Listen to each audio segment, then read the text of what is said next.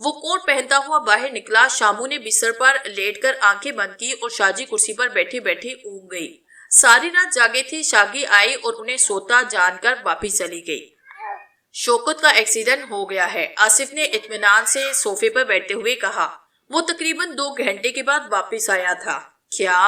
شاجی چونک پڑی۔ جی ہاں، وہ بڑی تیز رفتاری سے ڈرائیو کر رہا تھا۔ بدحاسی میں اس کی کار ایک دوسری کار سے ٹکرا گئی۔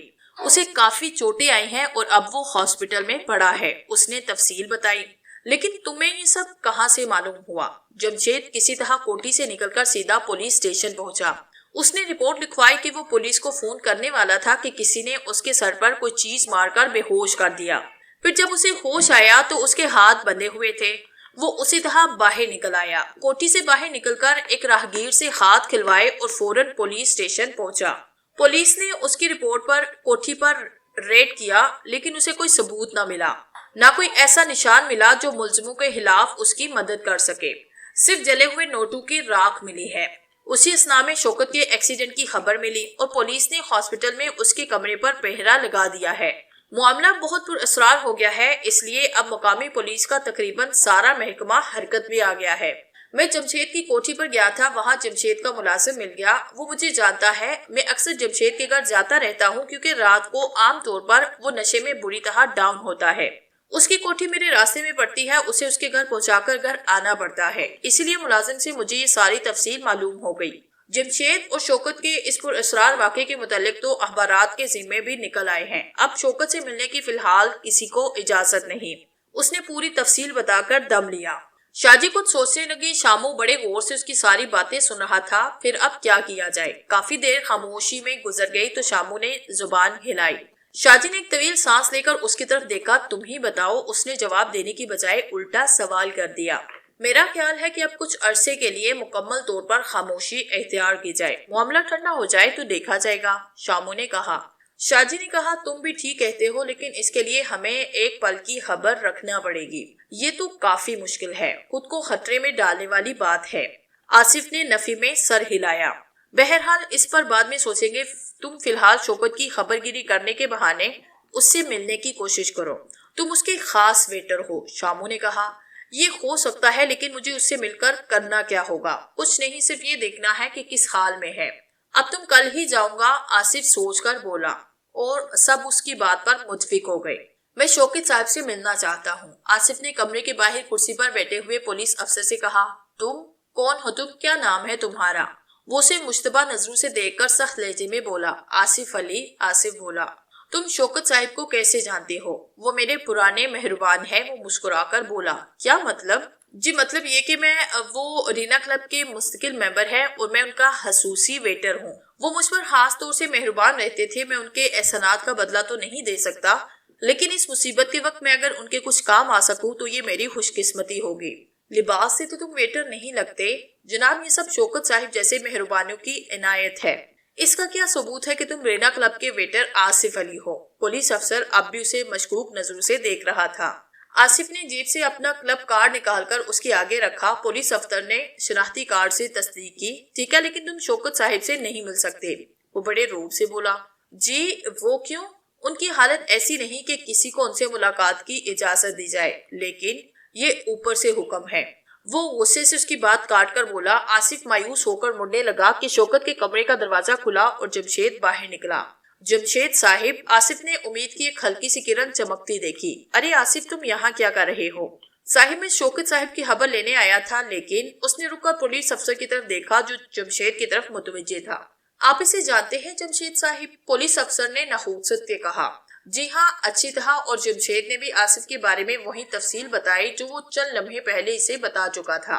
پھر وہ آصف سے مخاطب ہوا۔ ہاں بھئی آصف، شوکت کی حالت ایسی نہیں کہ اس سے کوئی گفتگو کر سکے، لیکن ابھی اس کا فکرہ نامکمل ہی تھا کہ اندر سے شوکت کے زور زور سے چیخنے کی آوازیں آنے لگی۔ جمشید اندر بھاگا۔ پولیس افسر اور دونوں سپاہی بھی تیزی سے اندر کو دوڑے۔ ان کے ساتھ ہی آصف بھی کمرے میں گھس گیا۔ شوکت بستر پر پڑا چیخ رہا تھا، سانپ بچاؤ مجھے، سانپ۔ جمشید اس کی پٹیوں سے ڈھکے جسم پر جھک گیا۔ شوکت ہوش میں آؤ، یہاں کوئی سانپ نہیں، دیکھو میں جمشید ہوں۔ اس نے شوکت کا چہرہ اپنے ہاتھوں میں لے لیا۔ شوکت سانپ سانپ چیختا ہوا اس کی طرف دیکھنے لگا۔ اس کی آنکھوں سے دہشت نمایاں تھی. پھر وہ خوفزدہ نظروں سے ادھر ادھر دیکھنے لگے. اس کے ہونٹ اب بھی ہل رہے تھے لیکن اب اس کی آواز سرگوشیوں میں ڈل گئی تھی.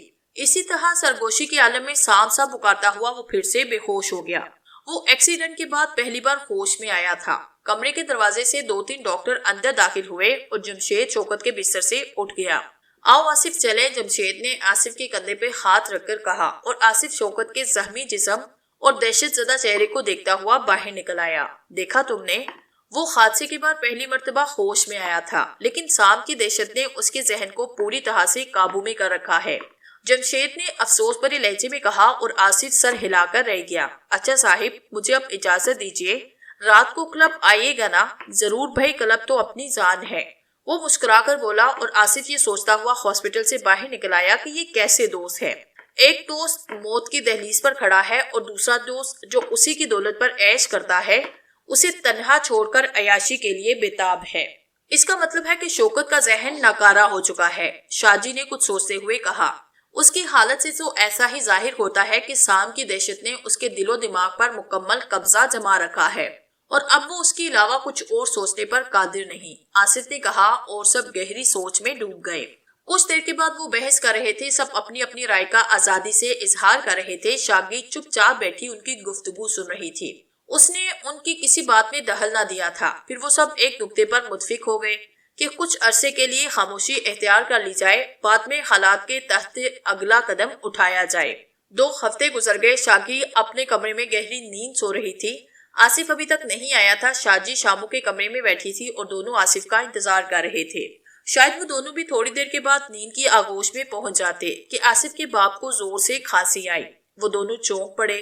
انہوں نے آنکھیں کھول کر ایک دوسرے کو دیکھا اور مسکرا پڑے. شاہ جی نے ہونٹوں پر ہاتھ رکھ کر ایک جمائی لی اور بستر سے اتر آئی. اب وہ دونوں ایک ہی صوفے پر بیٹھے تھے. شاہ جی نے اپنا سر شامو کے شانے پہ ٹکایا. شامو صوفے کی پشت سے سر ٹکائے آنکھیں بند کیے سامنے میز پر ٹانگیں پسارے لیٹا تھا.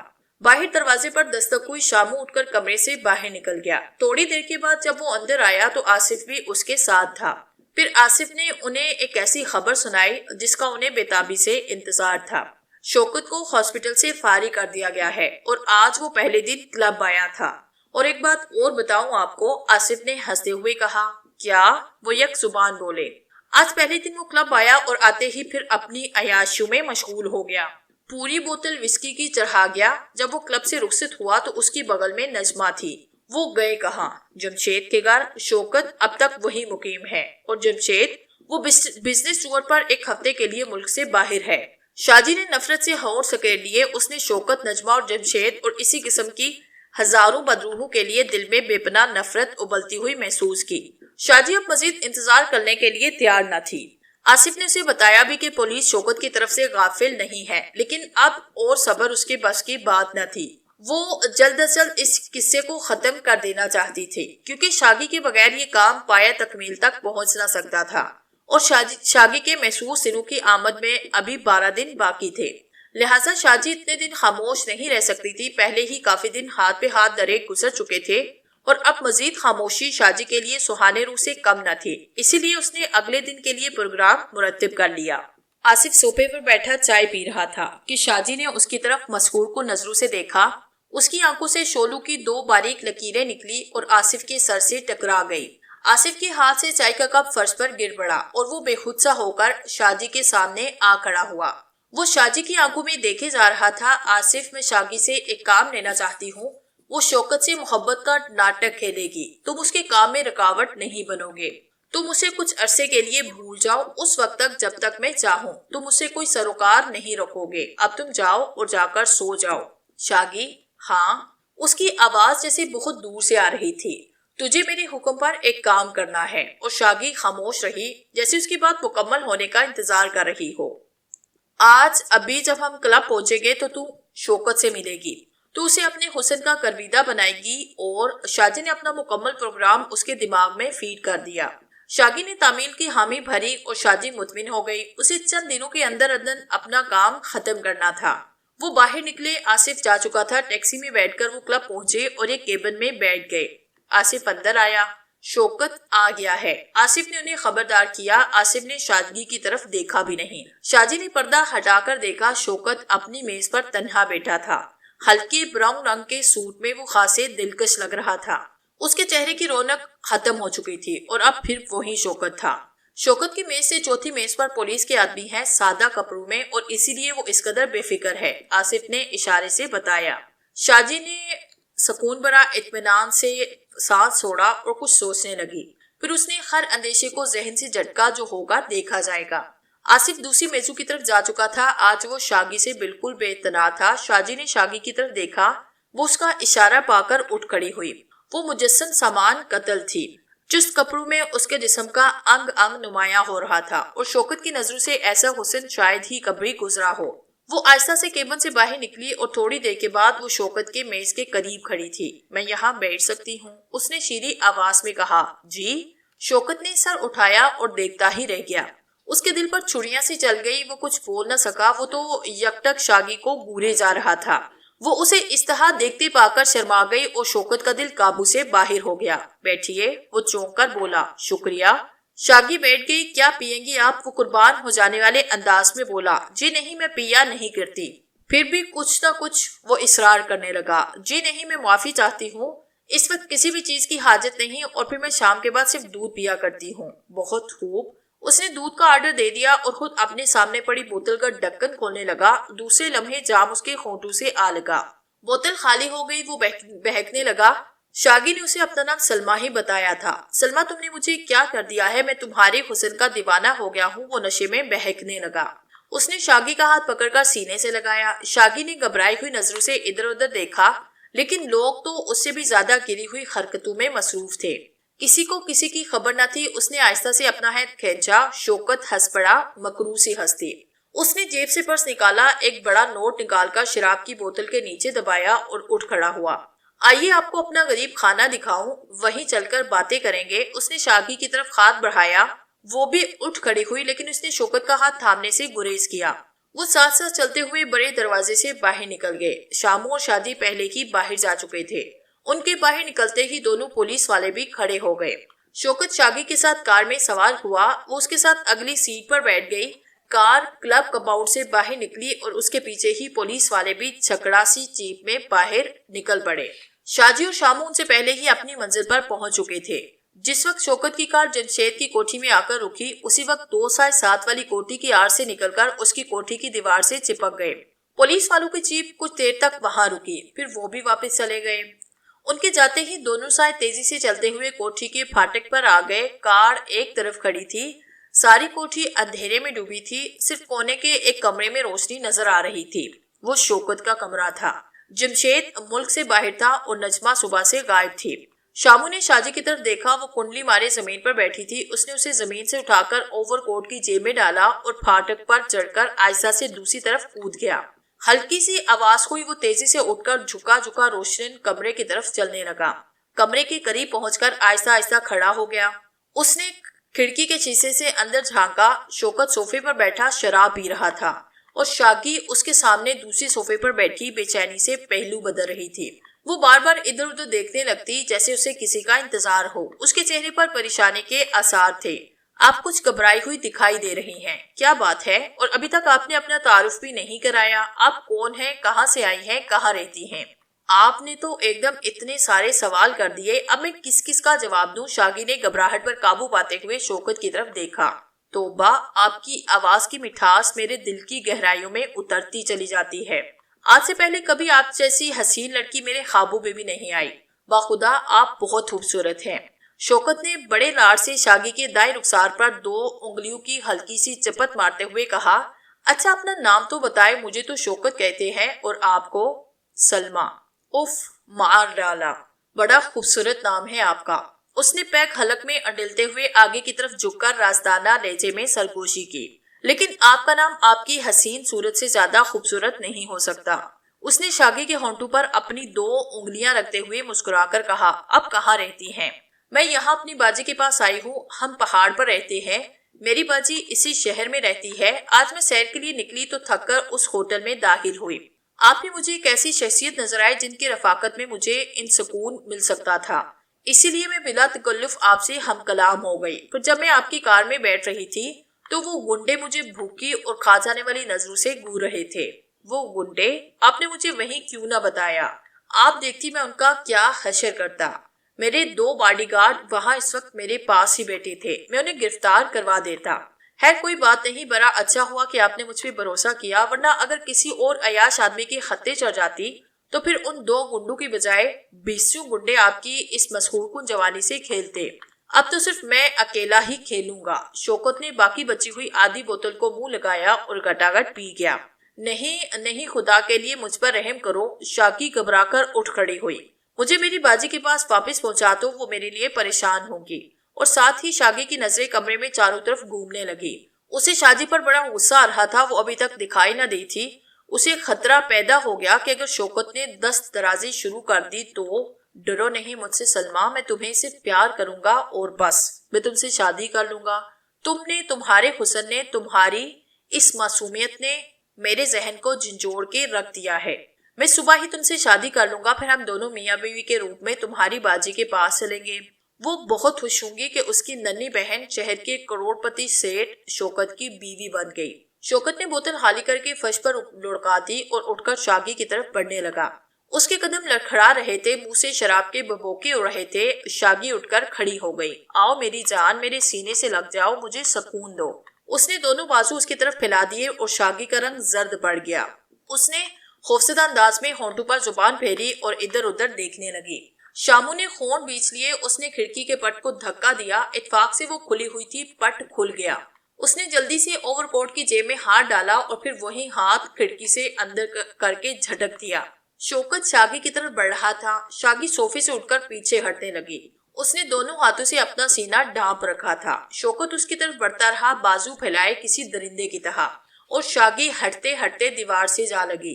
بے بس پنچھی کی طرح جس کے پر کاٹ دیے گئے ہوں، اس نے دیوار کے ساتھ ساتھ دائیں طرف سڑکنا شروع کیا اور شوکت ہنستا ہوا اس کی طرف بڑھتا آ رہا تھا۔ ارے میری جان، تڑپا کیوں رہی ہو؟ دیکھو اب مذاق ختم کرو اور میری آغوش میں آ جاؤ۔ اب وہ شاگی سے صرف 2 قدم کے فاصلے پر تھا۔ شاگی نے ترہم آمیز نظر سے اس کی طرف دیکھا، لیکن اس کی آنکھوں میں ناچتی ہوئی شیطانیت دیکھ کر اس کے رہے سہے اوسان بھی خطا ہو گئے۔ اس نے ایک بار پھر ادھر ادھر کسی کی تلاش میں نظریں دوڑائی اور پھر اس کے چہرے پر جیسے طمانینت کے آثار پھیل گئے۔ اس نے اپنا بدن ڈھیلا چھوڑا، خود سپردگی کے عالم میں۔ شوکت کے ہونٹوں پر ایک کریہا مسکراہٹ بکھر گئی اور شاگی کو آغوش میں لینے کے لیے اس نے آخری قدم بڑھایا، لیکن اسے یہ قدم بڑا مہنگا پڑا۔ اس نے قدم آگے بڑھایا، پھر ایک ہی جھٹکے سے کئی قدم پیچھے ہٹ گیا۔ اس کی دل 2 سیڑھیں دیواروں سے ٹکرا ٹکرا کر دم توڑنے لگی، لیکن اس کی گردن میں لپٹی ہوئی ناگن اپنا حلقہ تنگ کرتی چلی گئی۔ اس کا دم گھٹنے لگا، آنکھیں حلقوں سے باہر ابلنے لگی، سارے جسم کا خون سمٹ کر چہرے پر آ گیا۔ اس نے پوری قوت صرف کرتے ہوئے اسے اپنے گلے سے اتارنے کی کوشش کی۔ ناگن نے خود کو اس کی گردن کے گرد کس رکھا تھا اور اس کا منہ شوکت کے ماتھے کے قریب تھا۔ وہ پھنکا رہی تھی، لیکن اس کی پھنکاریں شوکت کو کوئی نقصان پہنچا نہیں رہی تھی۔ یہ شاید اس کی اپنی مرضی تھی۔ شوکت کی دہشت میں اضافہ ہوتا چلا گیا، اس کی چیخیں رکتی چلی گئی اور وہ بے ہوش ہو کر گر پڑا۔ ناگن نے کچھ دیر انتظار کیا، لیکن جب اس کے جسم میں کوئی حرکت پیدا نہ ہوئی تو اس کے گلے کے گرد سے اپنے بل کھولتی ہوئی رینگ کر فرش پر آ گئی۔ شاگی جو بڑی دلچسپی سے یہ تماشا دیکھ رہی تھی، اسے فرش پر آتا دیکھ کر اس کی طرف بڑھی، اسے فرش سے اٹھایا۔ ناگن اس کے بازو کے گرد لپٹ گئی، پھر اس نے پیار سے اپنا پھن بڑھا کر شاگی کے ماتھے پہ پھڑکاتے ہوئے بوسہ دیا۔ کھڑکی میں کھڑا شامو اپنی بغل میں جمشید کے ملازم کی گردن دبائے کھڑا تھا۔ وہ شوکت کی چیخیں سن کر آیا تھا، لیکن شامو نے اسے راستے میں ہی چھاپ لیا اور پھر اسے گھسیٹتا ہوا کھڑکی کے پاس لے آیا تاکہ اندر کی صورتحال سے بھی آگاہ رہے۔ وہ کب کا بے ہوش ہو چکا تھا، لیکن شامو کو تب ہوش آیا جب کمرے کے اندر ڈراپ سین ہو گیا۔ اس نے اطمینان بھری سانس لیتے ہوئے ملازم کی گردن چھوڑی، وہ دھم سے نیچے گرا۔ شاگی، شامو نے اسے پیار سے پکارا۔ وہ تیزی سے اس کی طرف آئی۔ شامو نے ناگن کو اپنے ہاتھ میں لیا اور شاگی کے کان میں آہستہ سے کچھ کہنے لگا۔ شاگی سر ہلاتی رہی۔ تب شامو نے اپنی انگلی سے دیوتا کی دی ہوئی انگوٹھی اتار کر اس کی انگلی میں پہنا دی۔ انگوٹھی کے پہننے ہی شاگی نے جیسے خر اندیشے کو اپنے ذہن سے دور بھاگتے پایا۔ شامو نے آسمان کی طرف دیکھا، صبح ہونے والی تھی۔ اس نے ایک بار پھر شاگی کو اچھی طرح سمجھایا اور اس کی پیشانی پر بوسہ دے کر اسے پرے جانے کا اشارہ کیا۔ شاگی آہستہ آہستہ چلتی ہوئی دیوار کے ساتھ جا لگی۔ اس نے ایک بار پھر شامو کی طرف دیکھا اور اس نے سر ہلا دیا۔ پھر شاگی کھولے کھولے فرش پر آئی اور بڑے پیار سے لیٹ گئی۔ اب وہ بھی شوکت سے کچھ دور فرش پر بے ہوش ہو جانے والے انداز میں پڑی تھی۔ شامو نے پر اطمینان انداز میں سر ہلایا اور ہاتھ ہلا کر کھڑکی سے پرے ہٹ گیا۔ ناگن کو اوور کوٹ کی جیب میں ڈالا اور تیزی سے کوٹھی سے باہر نکل گیا۔ باہر آ کر اس نے اوور کوٹ کی جیب سے ناگن کو نکال کر زمین پہ ڈالا۔ چند لمحوں کے بعد وہ دونوں شامو اور شاہ جی ہاتھوں میں ہار ڈالے اندھیرے میں گم ہو گئے۔